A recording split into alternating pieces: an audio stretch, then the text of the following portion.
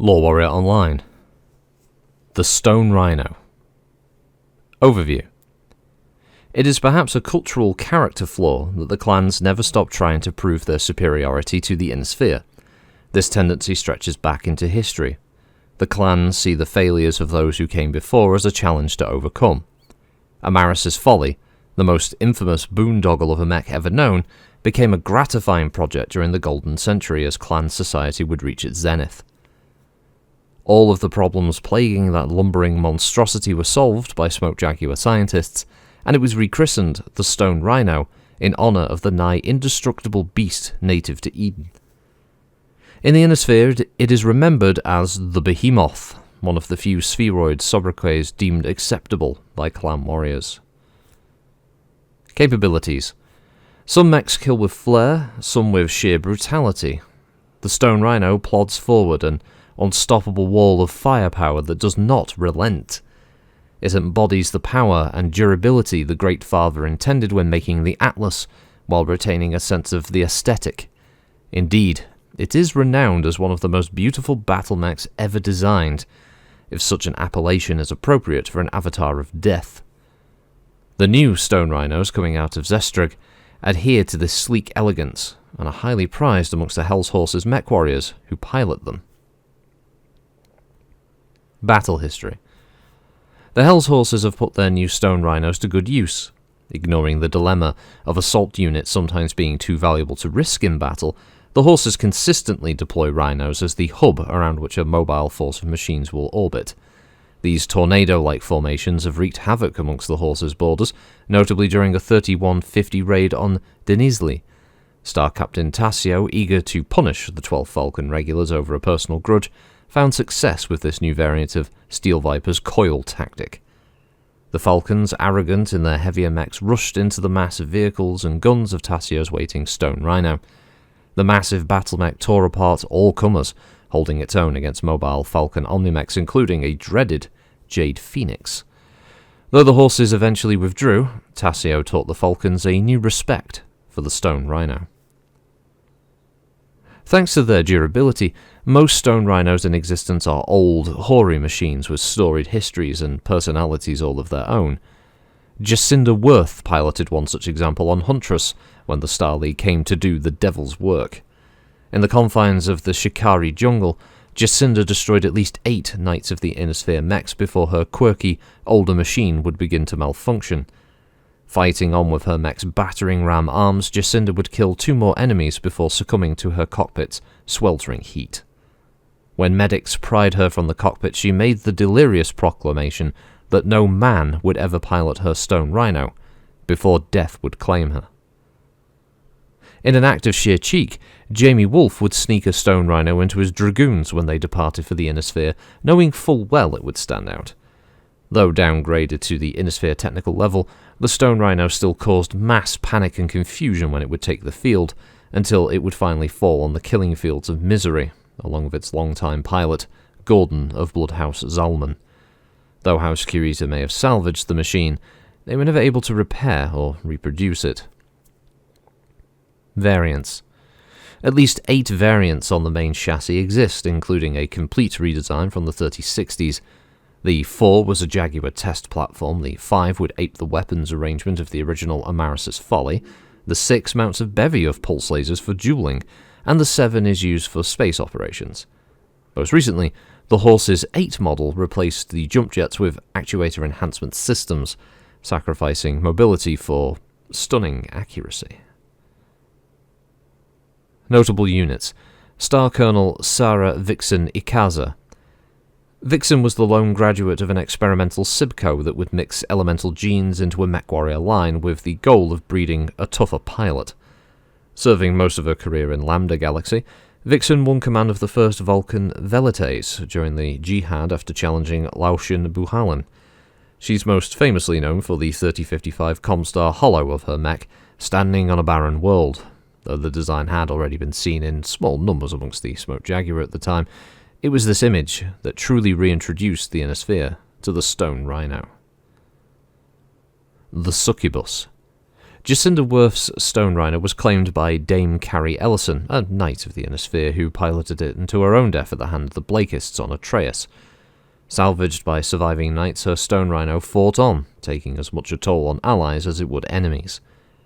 Before the jihad ended, no fewer than 5 MechWarriors died at its controls, all of them being male. Nicknamed then the Succubus, the mech was donated to the fledgling Republic with the rest of the Knight's equipment, with a warning that only women should use it. The Republic heeded the strange advice, assigning it to Lady Lila Knott, and it's passed through a succession of female MechWarriors to this day, where it was most recently seen blasting away at wolf invaders at the Nebula. The Stone Rhino, the iconic clan assault mech, which, for some reason, has never made an appearance in MechWarrior Online. I'm not quite sure why. Mass at 100 tons, chassis is Star League Monster, power plant Heavy Force 300 with a cruise of 32 kph and a max speed of 54, with jump jets made by Grand Thrust Mark V with a jump capacity of 90 meters. Its armor is Compound 12A1 standard. Armament is 2 Thunderstroke Series 2B Gauss rifles, 2 Calibri Delta Series large pulse lasers, and 1 Chi Series small pulse. Manufactured by Zestreg Industriplex Alpha on primary factory at Zestreg.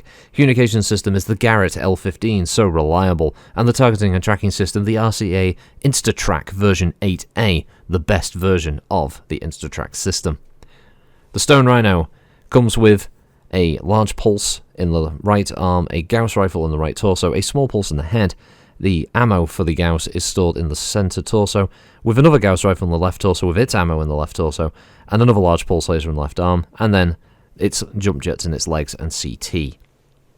It's, as I said, probably the most iconic assault mech of the clans. I would argue, even against the old Direwolf and the such, it is actually, yes, one of the best design mechs in Battletech. It looks so good. There's a reason it was on the cover of TRO 3055, and there's a reason it was added into one of the expansions for the MechWarrior games, and it has just remained one of those go-to assault mechs whenever anyone would pick a clan assault. That if it isn't already in a game, it's one they would like to see, and there's a good reason for it. 100-tonner with jump jets and the sniping capability of those dual Gauss rifles, it is absolutely terrifying. Alright, on the table, it has a walk of 3, a run of 5, and a jump of 3, but that's still decent considering it just sits back and snipes you. With 32 combined rounds of Gauss rifle ammo, that's 16 rounds of fire per cannon. It has 20 heat dissipation through 10 double heat sinks, and its armor factor is 288, which means it's got 9 on the head, 46 on the CT, 15 on the rear, 27 on each torso, 14 on the rear, and 32 on the arms and 36 on the legs. It's a chunky boy. It might not be able to deliver as much rapid firepower as, say, the Direwolf, for instance, because this is a battle mech as opposed to an omni-mech, but it's still one of the most, frighteningly powerful assault mechs that's been introduced past... I mean, you have to really go into the later stage when you start getting things like the Thunderhawk and stuff like that, when you really start to see the terrifying machines of later years when the tech starts to allow even more weapons to be crammed on. Now, the reason for the write-up is the only good technical readout entry for the Stone Rhino or Behemoth, depending on what you want to pick, is currently Clan Battletech Recognition Guide Ill Clan Volume 2.